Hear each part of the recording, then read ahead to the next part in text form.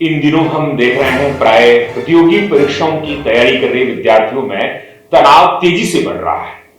इन तनाव के मुख्य कारण कौन से हैं? आपकी दृष्टि में तनाव के कारण कौन से हैं? बिल्कुल सर, तनाव के बहुत सारे कारण हैं। अभी आजकल जो बच्चों पे है बहुत ज़्यादा इन्वायरमेंटल प्रेशर है, तो स्पेशली बच्चों को बहुत सारी डेडलाइंस हैं एग्जाम्स को लेके, एग्जामिनेशन प्रेशर है, फिर इन्वायरमेंटल चेंजेस हैं, फैमिली प्रेशर भी है, हेल्थ इश्यूज भी हैं। तो इस तरह से बहुत सारे रीजंस हैं जिनकी वजह से बच्चा स्ट्रेस में रहता है सर। स्ट्रेस की बात आप कर रही थी, जी लेकिन फिर इसका निदान क्या है? बिल्कुल सर, निदान भी जैसे बहुत सारे रीजन है स्ट्रेस के, उसी तरह से बहुत सारे निदान है। जैसे सबसे पहले तो क्या है कि बच्चों को स्टडीज के साथ साथ अपनी हेल्थ पे फोकस करना चाहिए।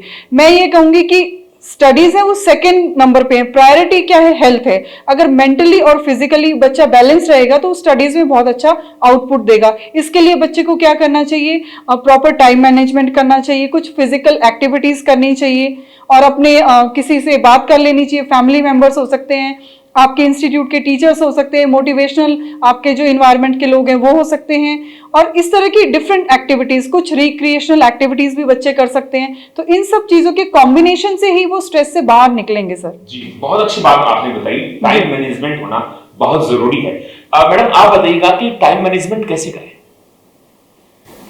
Time management sir no doubt बच्चों की लाइफ में बहुत इंपॉर्टेंट रोल है। एक बच्चा कोचिंग में आता है, 7 से 8 घंटे वो कंटिन्यू कोचिंग में क्लास लेता है, उसके बाद जब वो घर जाता है तो उसके लिए सेल्फ स्टडी के लिए टाइम होना चाहिए। तो कम से कम 7 से 8 घंटे बच्चा पढ़ना तो चाहिए नीट के सिलेक्शन के लिए, इतनी तो बच्चे को मेहनत करनी होती है। तो वो अपने टाइम को 60, 30 एंड 10 में डिवाइड करें।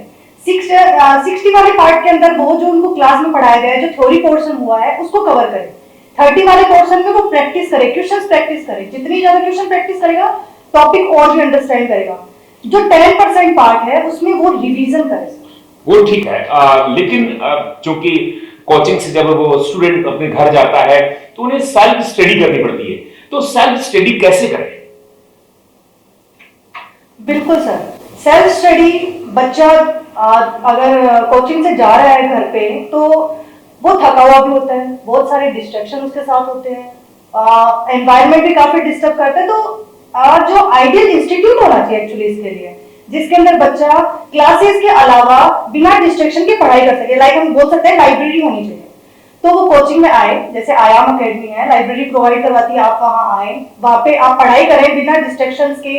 वहां पे आपको डाउट फैकल्टी भी मिलेगी जो आपकी तुरंत डाउट क्लियर करती है। इससे आपकी सेल्फ स्टडी की जो क्वांटिटी है वो बढ़ेगी। एक प्रश्न और मुझे पूछना था, उसमें यह कि प्राय स्टूडेंट जो है कोचिंग में जाता है, वो डाउट प्रश्न को लेकर के बहुत ही हेजिटेशन उसमें होती है कि अगर मैं प्रश्न पूछूंगा हो सकता है मेरे पास वाला जो स्टूडेंट है वो कहेगा अरे बहुत इजी प्रश्न तुम्हें नहीं आता है, या फिर शिक्षक मेरे बारे में क्या सोचेंगे। तो इसका निदान क्या होना चाहिए? जी सर, बिल्कुल मैं बताना चाहूंगी कि इसका निदान, पहली बात तो ये कि इस तरह की हेजिटेशन बच्चों में ही नहीं सर बड़ों में भी होती है। तो इसके लिए हमें प्रॉपर इन्वायरमेंट क्रिएट करने की जरूरत है।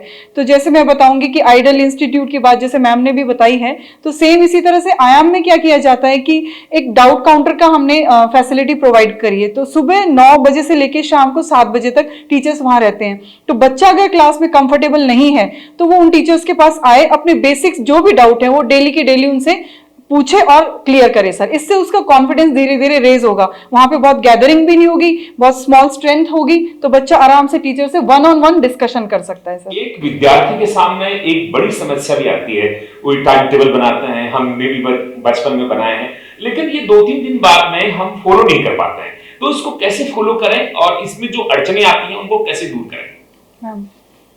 टाइम टेबल बच्चे सर बनाते हैं, उसमें अगर मेजरली रोल देखा जाए, पहले हम प्रॉब्लम पे फोकस करते हैं कि एक्चुअली टाइम टेबल फॉलो नहीं करने में प्रॉब्लम क्या आती है। तो सर 2 मेजर प्रॉब्लम रहती है, लाइक एक होता है डायरेक्शन और एक कंसिस्टेंसी। कंसिस्टेंसी का सॉल्यूशन हमने बता दिया है कि आप कोचिंग में आओ, अपनी लाइब्रेरी में बैठो, स्टडी करो। और दूसरा रीजन आता है कि डिस्ट्रैक्शन। तो सर डिस्ट्रैक्शन लाइक फोन तो बच्चों को अपने से दूर रख के पढ़ाई करनी चाहिए। क्या पढ़ें और क्या नहीं पढ़ें, यानी कैसे पढ़ें, ये सवाल मैं आपसे करना चाह रहा था। सर अगर कोई बच्चा स्टडी कर रहा है तो उसके पास टास्क होना चाहिए। अगर किसी के पास टास्क होता है तो उसे पता रहता है पूरे दिन में कि मुझे क्या क्या करना है, और उस टास्क को करे बिना। एक नीट के जो स्टूडेंट है उसको सोना ही नहीं चाहिए सर।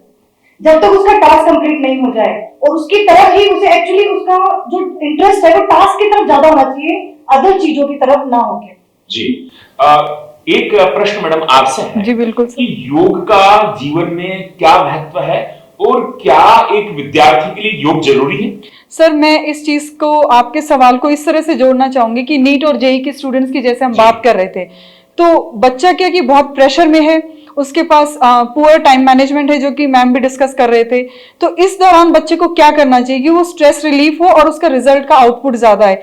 तो जैसे कुछ इंस्टीट्यूट्स हैं, जैसे हम भी कर रहे हैं कि बच्चों को आउटडोर एक्टिविटीज करवा रहे हैं। अभी लेटेस्टली हमने हर्ष विजिट करवाई है, उसके बाद बच्चे बहुत ही अच्छा फील कर रहे हैं और उनका रिजल्ट में भी इंक्रीमेंट हुआ है सर। ठीक है, बच्चे अच्छा परफॉर्म कर रहे हैं। तो इस तरह की रिक्रिएशनल एक्टिविटीज होनी चाहिए sir. One on one discussion हमारा चल ही रहा है, और बच्चों को क्लास में टीचिंग के अलावा, जैसे हमने आउटडोर एक्टिविटी का मैंने आपको बताया, इस तरह की एक्स्ट्रा और करिकुलर एक्टिविटीज हैं वो एडिशनल उनको करना चाहिए सर। जी। एंजाइटी का एक कारण और समझ में आया कि लगातार अगर टेस्ट में कोई लड़का पिछड़ रहा है, मेरिट उसकी लगातार गिर रही है, तो वो अवसाद में आ जाता है। तो इसके लिए क्या किया जाना चाहिए ताकि वो अपने जो साथी है जिनसे वो पिछड़ गया है, वो पीछे रह गया है, वो मुख्य धारा में कैसे आए, ये बताइए। सर अगर कोई स्टूडेंट रैंक में पिछड़ा है, नो डाउट वो सारे टॉपिक में वीक नहीं है, कुछ कुछ टॉपिक है उसके जिसके अंदर वो परफॉर्म नहीं कर पा रहा है, या फिर उस टाइम पे वो किसी वजह से डिस्टर्ब हो गया, तो सर उसको यहाँ पे कोचिंग में आके अपनी फैकल्टी से डिस्कस करना चाहिए। वो उनको बताएंगे कि रैंक बूस्ट कैसे करी जाती है, और वो उनको टास्क देंगे, जिस टास्क को पूरा करते करते वो बच्चा एक दिन उनके बराबर आ जाएगा या उनसे आगे निकल जाएगा सर। वो बच्चे की मेहनत पे डिपेंड करता है। जैसे बेसिक्स पे काम किया जा रहा है ना, और इम्प्रूवमेंट करने के लिए आपने योगा की भी बात कही थी, जो कि मुझसे स्किप हो गई थी। मैं फिर से उसको एडिशन करना चाहूंगी कि दोनों टाइम हमारे सिस्टम में भी योगा सेशन चल रहे हैं, तो सुबह भी रहते हैं और शाम को भी रहते हैं। तो इससे भी बच्चों का मेंटल हेल्थ ये समय क्या रहता है? जी सर, सुबह जिन बच्चों की इवनिंग में क्लासेस रहती है उनका मॉर्निंग में रहता है 5:30 से लेके 8:30 बजे तक, उसके अकॉर्डिंग वो आते हैं, उसके बाद अपना लाइब्रेरी ज्वाइन कर लेते हैं ऑनवर्ड्स। और शाम को जिनकी बच्चों की मॉर्निंग में क्लासेस है, वो शाम को अपने 6 से लेके 7:30-8 बजे तक सेशन रहता है सर हमारा।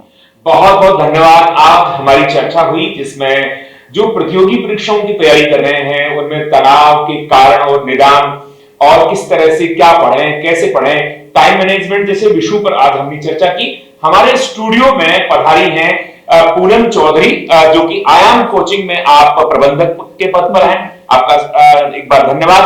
और आप हैं अर्चना शर्मा, जो कि यहाँ पर केमिस्ट्री की फैकल्टी है आयाम कोचिंग में, जो कि सीकर में स्थित है। आपका पुनः धन्यवाद। धन्यवाद सर। और मैं राजेंद्र मधुकर।